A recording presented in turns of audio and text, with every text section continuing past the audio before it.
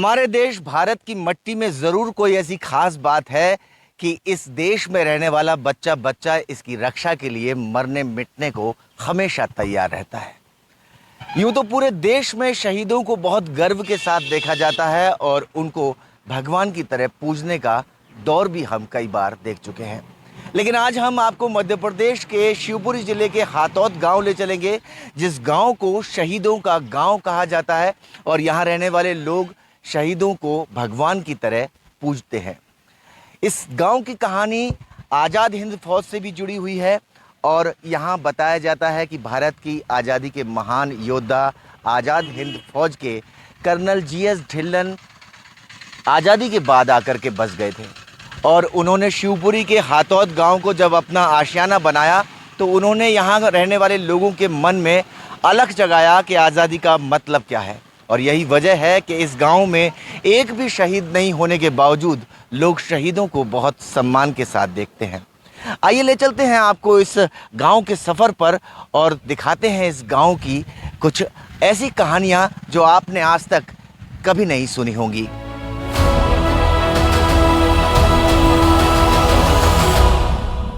शिवपुरी जिला मुख्यालय से अगर आप अपना सफ़र तय करेंगे तो आपको झांसी रोड पकड़नी होगी और झांसी रोड पर आप सफ़र करते हुए लेफ्ट हैंड साइड पर देखेंगे हातौद गांव का रास्ता और उससे चलते हुए आप जब पहुंचेंगे तो हातौद ग्राम पंचायत क्षेत्र में आपका स्वागत करता हुआ ये बोर्ड दिखाई देगा। ये बहुत कम ग्राम पंचायतों में आपको दिखाई देता है और सजी संवरी सी ये ग्राम पंचायत बताती है कि यहाँ के लोग न केवल साक्षर हैं बल्कि जिम्मेदारी के साथ अपनी ड्यूटी भी पूरी करते हैं और पर्यावरण हो या देश सबके प्रति कर्तव्य निश्चित रखते हैं। और इस गांव को शहीदों का गांव क्यों कहते हैं वो तस्वीरें भी हम आपको बताने की कोशिश करेंगे। हम ये बता दें आपको कि यहाँ जगह जगह इस तरह के बोर्ड आपको दिखाई देंगे, इसीलिए इस गांव को शहीदों का गांव कहा जाता है। ये जो बोर्ड लगा हुआ है ये लगा हुआ है शहीद करतार सिंह सराभा मार्ग और ये दिखाता है कि कैसे ग्राम पंचायत के अंदर आप जा सकते हैं। यहाँ से अगर हम बात करें तो वो सामने एक खूबसूरत बोर्ड भी लगा हुआ है जो इस ग्राम की खूबसूरती को बयां करता है और चारों तरफ से जो रास्ते इससे जुड़े हुए हैं उन रास्तों को भी दिखाने की कोशिश करता है।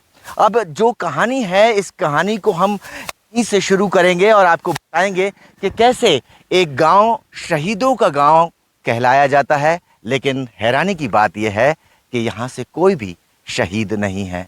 और इस गांव की जो कहानी है वो कैसे आज़ाद हिंद फौज से जुड़ती है, कैसे हमारे नेताजी सुभाष चंद्र बोस की कहानियां कहती है, क्या हैं इसके किस्से कहानियां। कुछ दिलचस्प अंदाज में आज हम आपको हर पहलू से जोड़ने की कोशिश करेंगे।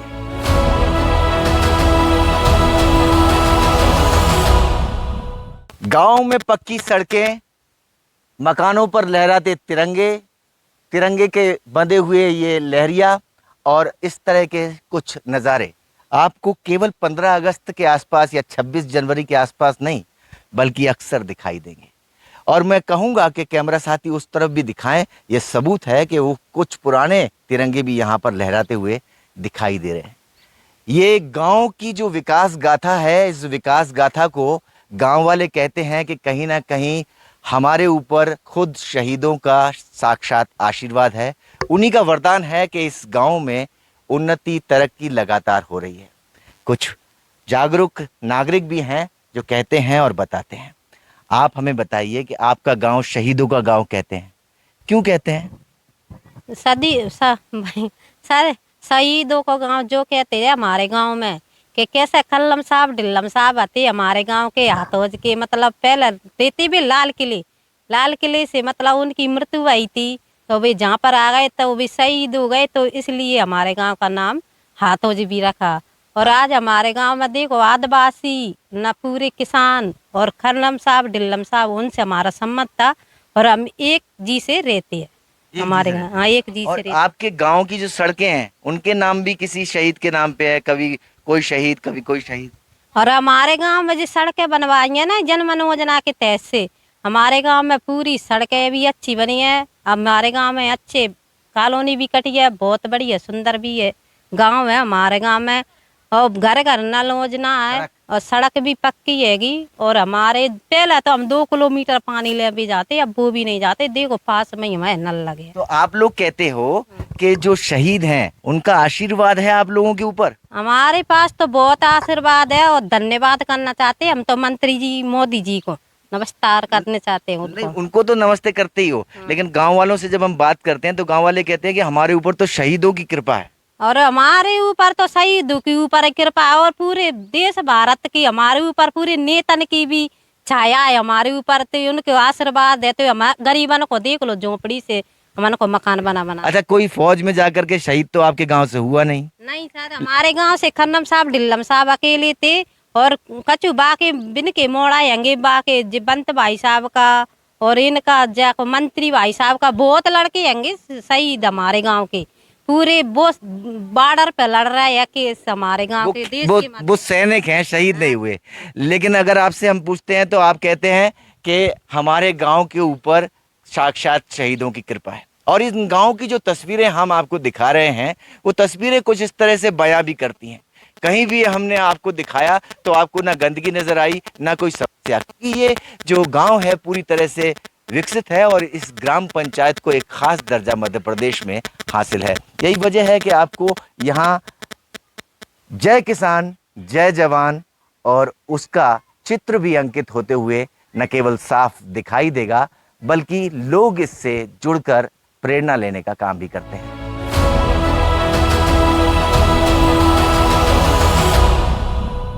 आजादी के लिए लड़ाई लड़ते लड़ते तो हमारे शहीदों ने अपने गर्दन को कटा करके आजाद देश हम तक सौंप दिया। अब हम देश कैसा चाहते हैं, हम चाहते क्या हैं कि देश किस तरह से आगे बढ़े, इस बात पर भी तो बात होनी चाहिए। आइए बात करते हैं कर्नल ढिल्लन साहब के सुपुत्र साहब से और जानते हैं कि वो कैसा देश चाहते हैं। क्योंकि इतने अच्छे सुंदर और प्यारे पिता का खून मेरी रगों में है और उनके संस्कार हैं, तो मुझे दिखता है कि भारत माता कब रो रही है, कब हंस रही है, कब मुस्कुरा रही है। और मुझे पता है कि देश क्या चीज़ है, देश प्रेम क्या चीज़ है, आज़ादी क्या चीज़ है, ये मिली कैसे और इसको संभाल के कैसे रखना है। तो मेरा टारगेट एक ही रहता है, एक ही निशाना रहता है कि सारे जहां से अच्छा हिंदुस्तान हमारा, इसको और खूबसूरत और मजबूत कैसे बनाया जा सकता है।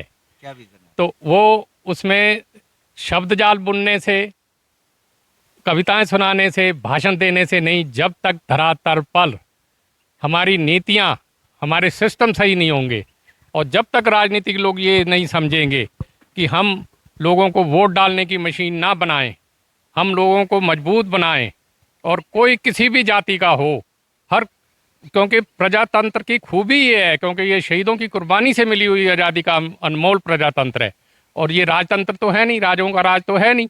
तो इसकी खूबी ये है कि सबसे मिलके सब बड़े हैं, अकेला कोई भी बड़ा नहीं। और इसलिए सबको एक दूसरे की इज्जत करनी चाहिए और सबका एक दूसरे से प्यार करना चाहिए। तो मेरा ये कहना है कि जब तक हमारी नीतियाँ, जैसे मैं किसान हूँ तो हमारी श्रद्धेय लाल बहादुर शास्त्री जी ने जय बुलाई, हमें अन्नदाता भी कहा जाता है, पर हमारे राजनीतिक लोगों ने हमारे खेती और मजदूर हमसे छीन लिए, वोट डालने की मशीन उनको बना दिया। तो हमारे सिस्टम कैसे होने चाहिए? हमारे सिस्टम ये होने चाहिए कि जब सरपंच का चुनाव होता है तो खेती और मजदूरों के मुखिया मेट का भी चुनाव अनिवार्य हो जाए। वो जब निर्वाचित होके आए तो जब हम सवेरे सूर्योदय होता है, हम मजदूरों की मांग के लिए बस्ती में जाते हैं तो वो सामान हमें बांट के लेबर दे, उसके रिकॉर्ड रजिस्टर हो, उस पे हम 2.5-3 रुपये प्रति मजदूर उसको कमीशन दें। हर पंचायत में सायरन लगें जो सवेरे दोपहर शाम को बजें, जिससे कि वो समय पे काम आए, समय पे उनको छुट्टी मिले। जब शाम को छुट्टी का सायरन बजे तो हम उनको ओवर टाइम दे के काम कराएं अगर शेष काम रह गया है। और 2 महीने रबी पे, 2 महीने खरीफ पे 200 रुपये प्रति मजदूर मनरेगा से गवर्नमेंट हमें दे और 200 रुपया हम अपने पास से दें। 400 रुपया मजदूर की मजदूरी हो, 4 महीने रबी पे, 2 महीने रबी पे, 2 महीने खरीफ पर। और यदि बगैर सरपंच की अनुमति के इलाका छोड़ के दूसरे इलाकों में काम करने जाती है लेबर और 7 दिन से ज़्यादा गैर हाजिर रहती है तो उनके जॉब कार्ड जब्त करने का अधिकार भी सरपंच को हो तो गाड़ी लाइन पे आ जाएगी। तो कहने का मतलब ये है कि जो अगर देश को खूबसूरत और मजबूत बनाना है तो इसमें शहरिया, आदिवासी या कोई भी जाति को लेके उनके वोट लेने के ऊपर निशाना नहीं होना चाहिए। और देश हित में जो राजनीतिक लोग, मैं नेता उसे मानता हूं जिसमें अच्छे माता पिता वाले गुण हों। जैसे अच्छे माता पिता बच्चों में भेदभाव नहीं करते, उन्हें आपस में लड़वाते नहीं, उनके अधिकारों की रक्षा करते हैं। तो जो नेतृत्व स्थायी रूप से निर्णय लेगा, जो सबके हित में होंगे और भारत के संविधान को मानते हुए, वो ही कामयाब होगा, वो ही देश का दिग्विजय और मान नेता कहलाएगा और वर्तमान में और आने वाले समय में भी लोगों के हृदय पर राज करेगा। कैसे दिव्यमान नेता होगा और किस तरह से विकास होगा, हिंदुस्तान की तस्वीर कैसे गढ़ी जानी चाहिए, इस बात पे भी हमने बात करी। और अब चलते चलते गाँव की कुछ और तस्वीरें दिखाते हैं, कर्नल साहब से जुड़ी हुई कुछ और बातें करते हैं और उसके बाद में फिर हम एक ऐसी जगह पर आपको ले जाएंगे जहां शांति, सुकून, देश की आज़ादी का मतलब और उस आज़ादी के वीर सेनानी जिसकी समाधि वहां मौजूद है।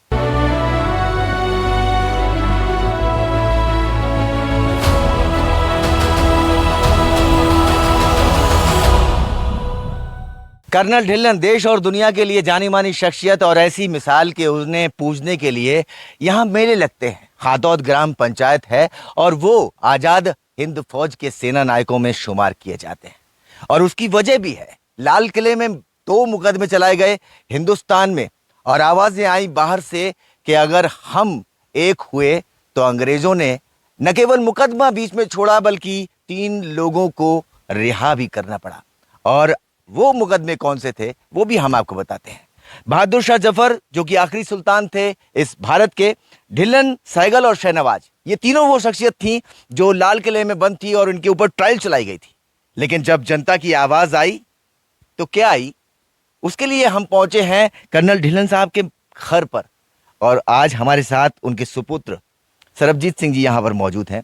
हम उनसे बात करेंगे, कर्नल साहब को समझने की कोशिश करेंगे क्या आवाजें आती थी लाल किले से। पहले तो मैं ये आपको कहना चाहूँगा कि मैं सबसे ज़्यादा सौभाग्यशाली व्यक्ति हूँ कि मैंने इतने अच्छे पिता के घर जन्म लिया, जो खूबसूरत भी थे, जो खूबसीरत भी थे। और जब वो जय हिंद बोलते थे तो ऐसा लगता था जैसे जय हिंद उनके लिए बनी और वो जय हिंद के लिए बने। तो वो नेताजी सुभाष चंद्र बोस की आज़ाद हिंद फौज के वीर सेनानी रहे और उनके जब दिल्ली लाल किले में फांसी का मुकदमा चल रहा था तो उस समय नारे लगते थे कि लाल किले से आई आवाज़, ढिल्लन, सहगल, शाहनवाज, इन तीनों की हो उम्र दराज, लाल किला तोड़ दो, आज़ाद हिंद फौज छोड़ दो। उसके बाद देश आज़ाद हुआ और ये हमारा सौभाग्य है कि भारत माता ने, प्रभु जी ने भारत माता की सेवा का अवसर और देश को आज़ादी का अवसर उनको दिया। ढिल्लन साहब ये भी बता दीजिए, चलते चलते बात करेंगे कि जब ढिल्लन साहब आज़ादी की लड़ाई में नेताजी के साथ थे तो कुछ किस्से कहानियां तो आपको ज़रूर सुनाते होंगे आज़ादी की, तो कुछ प्रेरणाएं आपने ली हो, कुछ सुना हो? बहुत कुछ, लेकिन कई चीज़ें मुझे याद नहीं रह पाती, लेकिन उनकी विचारों में हमेशा राष्ट्र प्रेम ही भरा रहता था। और जब उनके पास कभी सोने का अवसर, सौभाग्य प्राप्त होता था तो कभी कभी सवेरे सूर्योदय हो जाता था उनकी बातें सुनते सुनते, और वो देश प्रेम की और आज़ाद हिंद फौज की बातें किया करते थे। और नेताजी के बारे में उनका बिल्कुल ये पक्की बात थी कि नेताजी एयर क्रैश में उनका स्वर्गवास हो गया था और उनकी अस्थियां टोक्यो टेम्पल जापान में रखी हुई हैं और उनकी वो पूजा करते हैं वो लोग, जापानीज लोग। और उनने कई बार कहा भी है कि इनको ले जाइए आप। अब वो अलग बात है कि वो कारण कई भी हैं, है ना जी। आप ये जो ग्राम पंचायत हादौद है या हादौद गांव की बात करें तो लोग कहते हैं कि शहीदों का गांव है और गांव से शहीद कोई नहीं हुआ। कर्नल साहब यहाँ आए ज़रूर, लेकिन वो बाकायदा जो है यहाँ रहे और फिर उनकी दिवंगत आत्मा यहाँ से स्वर्ग को सिधार गई। तो ये एक अलग कहानी है, लेकिन शहीदों का गाँव कहने के पीछे कोई वजह है क्या? हादौद में कर्नल साहब ने जागृति पैदा की, शहीदों के प्रति श्रद्धा बताई?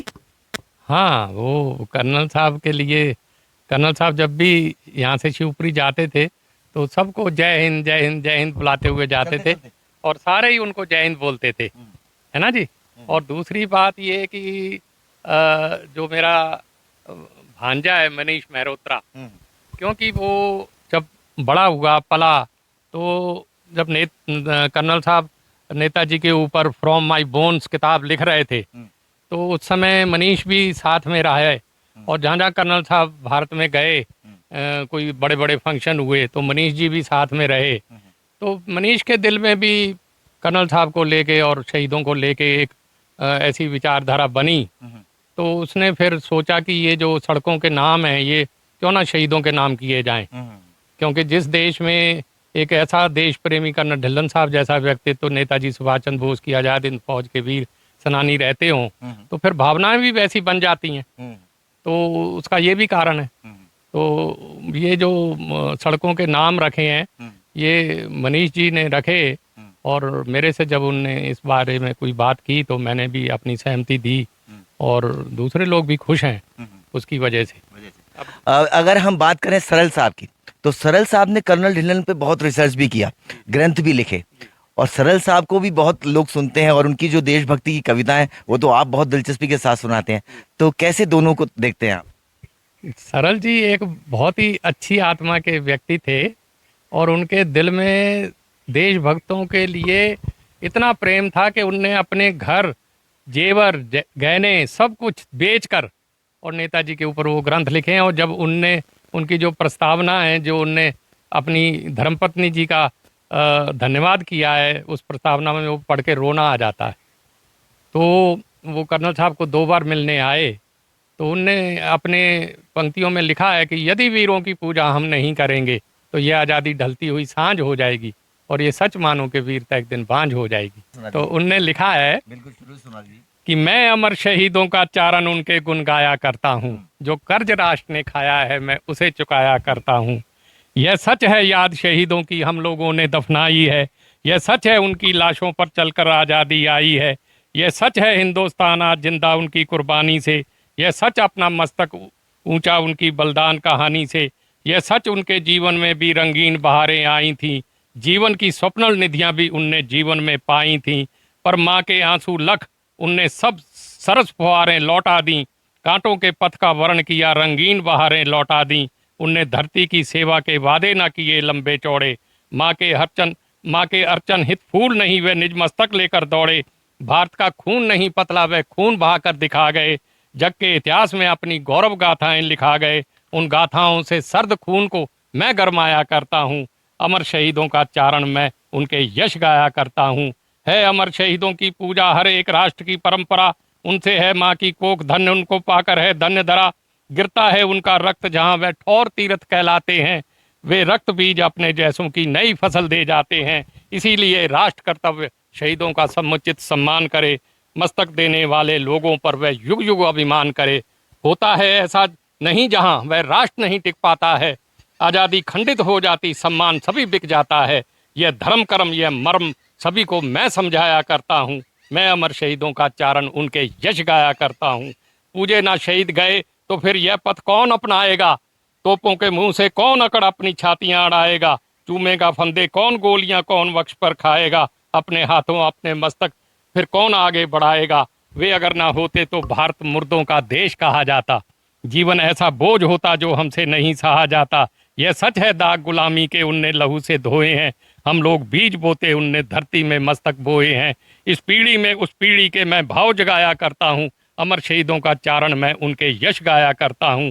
पूजे ना शहीद गए तो फिर आज़ादी कौन बचाएगा, फिर कौन मौत की छाया में जीवन के रास रचाएगा, पूजे ना शहीद गए तो फिर यह बीज कहाँ से आएगा, धरती को माँ कहकर मिट्टी माथे से कौन लगाएगा, मैं चौराहे चौराहे पर यह प्रश्न उठाया करता हूँ, मैं अमर शहीदों का चारण उनके यश गाया करता हूँ। जो कर्ज राष्ट्र ने खाया है मैं उसे चुकाया करता हूँ, और पूजे न गए शहीद तो फिर मिट्टी को माथे से कौन लगाएगा, जैसी बातें। और इन बातों का बहुत महत्व है, यही महत्व है कि गांव वालों ने इस बात को न केवल समझा बल्कि हर यहाँ रहने वाला बाशिंदा देश के शहीदों को याद करता है, सलाम करता है। यही तो कहानी है, यही तो किस्से हैं जो हम इस पीढ़ी से लेकर के, यानी कर्नल ढिल्लन की पीढ़ी हो, सुभाष चंद्र बोस की पीढ़ी हो, या फिर सरबजीत सिंह जी की पीढ़ी हो, या फिर हमारी पीढ़ी हो, या फिर इन नौजवानों की पीढ़ी हो, यहाँ तक हम लेकर आए हैं। और कर्नल ढिल्लन साहब के परपोते हैं हमारे साथ करण, वो क्या समझते हैं, आज़ादी का मायना क्या है, देश में शहीदों का दर्जा क्या है? शहीदों का दर्जा तो बहुत बड़ा है। इस देश को जो आज़ादी वो देके गए हैं उसमें आप ये देखिए, मैं आपको एक चीज़ बताता हूँ। सबसे पहले जैसे जब हम तातू जी बोलते हैं, हमारे जो परदादा जी थे उन्हें प्यार से, सारे घर वाले। तो जब वो आए थे यहाँ पर, तो यहाँ पर जैसा आप देख सकते हैं, आपने पूरा गांव भी अभी घूम के देखा होगा, एक एक यूनिटी और एक डिसिप्लिन आपको दिखता है। तो जो यूनिटी और डिसिप्लिन वो यहाँ पर देखे गए हैं, और साथ ही साथ में हम जब भी एक दूसरे को संवाद करते हैं तो उससे पहले ग्रीट करते हैं, तो हम उसमें हर किसी को जय हिंद बोलते हैं। तो हमारे घर में भी आज यही परंपरा है, जब भी हम सुबह उठेंगे, शाम को उठेंगे, मतलब जब भी रहता है हमसे मिलते हैं एक दूसरे को, तो हम जय हिंद बोलते हैं और जय हिंद से ही हम संवादन और सबका अभिवादन करते हैं। तो ये जो एक है, मतलब घर परिवार में हमारे जो है, मतलब एक राष्ट्र प्रेम भी है साथ साथ में, और साथ साथ में ये भी है। तो मतलब आप कह सकते हैं कि तातू जी की ही मतलब जो है हमारे अंदर जो ये चीज़ें इंकलकेट हमारे अंदर हुई हैं, तो बहुत अच्छा लगता है। इतने बड़े परिवार में मतलब हमारा जन्म हुआ है, और साथ ही साथ हमें वो कैरी फॉरवर्ड भी आगे करना है, ये सारी चीज़ें। तो आप अपने आने वाली पीढ़ी जो आपसे संतान पैदा होगी उन तक भी बात पहुंचाएंगे? बिल्कुल बिल्कुल, क्योंकि इतनी हिस्टोरिक कहानी है परदादा जी की, और उन्होंने जैसे जैसे काम किए हैं, जैसे एक छोटा सा किस्सा है, मैं आपको बताना चाहता हूँ। वर्ल्ड वॉर 2 का ही है, जब जो रिवर इरावदी है, वहाँ पर जब तातू जी अपनी मतलब मोर्चा संभाल के बैठे थे, तो जब जो सामने जो उनके जनरल थे सर विलियम स्लिम, उन्होंने जब आक्रमण किया था उन पे, तो उन्होंने 13 दिन तक उनको रिवर इरावदी पे रोक के रखा था। और जबकि उनके पास महंगी से महंगी राइफलें, अच्छी एलएमजी और सारे कुछ थे, और एयर स्ट्राइक का सपोर्ट भी था, तब भी उन्होंने उनको रोक के रखा और उनको पार नहीं करने दिया।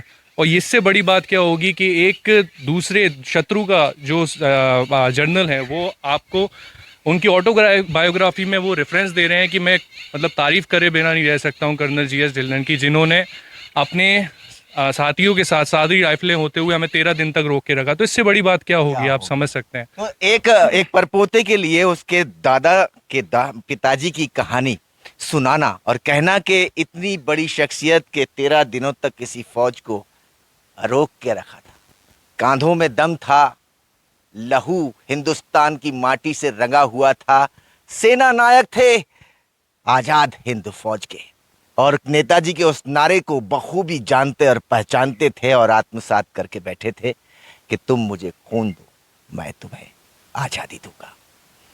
बहू भी है हमारे साथ। अमृतसर का जलियांवाला बाग कौन नहीं जानता, उसी शहर से हैं, और बड़े गर्व से कहती हैं कि ढिल्लन साहब के घर में ब्याह करके आना मेरे लिए किसी सौभाग्य से कम नहीं है। मैं ठीक कह रहा हूँ? यस, आप बिल्कुल सही कह रहे हैं। हम अमृतसर के रहने वाले थे। तातू जी कर्नल, हम शॉर्ट नेम तातू जी बोलते थे सारे जाने। मेरे ये पापा को बहुत प्यार करते, आपस में बहुत प्रेम था। उनने फिर मेरे को मांगा उनसे, बड़े खुश हुए, ऐसे ही हमारी शादी हो गई। कर्नल साहब तो बहुत प्यारे, बहुत अच्छे हमारे पिताजी थे। Great, very great. कर्नल साहब एक जानी मानी शख्सियत थे, और उनका व्यवहारिक रूप से अपने परिवार के साथ भी बेहतर तालमेल था। यही किस्से हैं, यही कहानियां हैं, और इन सब चीज़ों में कहीं ना कहीं आज़ादी की लड़ाई की गाथाएं हैं, और कर्नल सिप के बहुत सारे किस्से भी।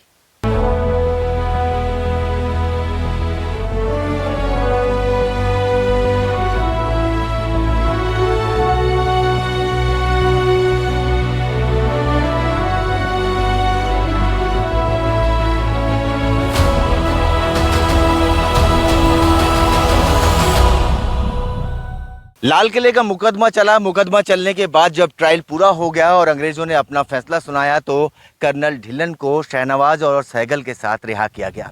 रिहा करने के बाद कर्नल ढिल्लन यहाँ पहुँचे, ग्राम हातौद में अपना आशियाना बनाया, और उन्होंने इस हातौद ग्राम को आज हमारे सामने इस खूबसूरत तरीके से छोड़कर रुखसत ले लिया। उनका जन्म 18 मार्च 1914 को हुआ। 6 फरवरी 2006 को वो ब्रह्मलीन हुए, और उनके बाद यहीं उनकी समाधि बना दी गई, जो आज यहाँ का न केवल एक ऐतिहासिक पड़ाव है, बल्कि कर्नल गुरबख्श सिंह ढिल्लन से जुड़ी यादों को गाता हुआ, बताता हुआ साफ तौर पर दिखाई देता है। श्री कृष्ण सरल जी और कर्नल ढिल्लन का भी अपना एक जुड़ाव था। दोनों एक दूसरे को न केवल पसंद करते थे, बल्कि आज़ादी की बातों को शेयर भी किया करते थे। और कल्लन ढिल्लन के समक्ष अगर श्री कृष्ण सरल जी ने कुछ कहा था तो उनको याद करना भी ज़रूरी है। उन्होंने कहा था कि पूजे न गए शहीद तो फिर आज़ादी कौन बचाएगा। पूजे न गए शहीद तो फिर आज़ादी कौन बचाएगा, फिर कौन मौत की छाया में जीवन के रास रचाएगा। पूजे न शहीद गए तो फिर बीज कहाँ से आएगा। पूजे न गए शहीद तो फिर बीज कहाँ से आएगा। धरती को माँ कहकर माथे से कौन लगाएगा। ये सारी बातें हम सबको न केवल गर्व से ओतप्रोत कर देती हैं बल्कि शहीदों की पूजा करने के लिए मजबूर भी बनाती हैं। उम्मीद करते हैं आज का ये कार्यक्रम आपको ज़रूर पसंद आएगा। एक छोटी सी रिक्वेस्ट करते हैं कि आप हमारे इस कार्यक्रम की न्यूज़ रील को ज़्यादा से ज़्यादा शेयर कीजिएगा। शिवपुरी के ग्राम पंचायत हातोद से अपने कैमरा साथी नितिन शर्मा के साथ अतुल गौड़, NDTV।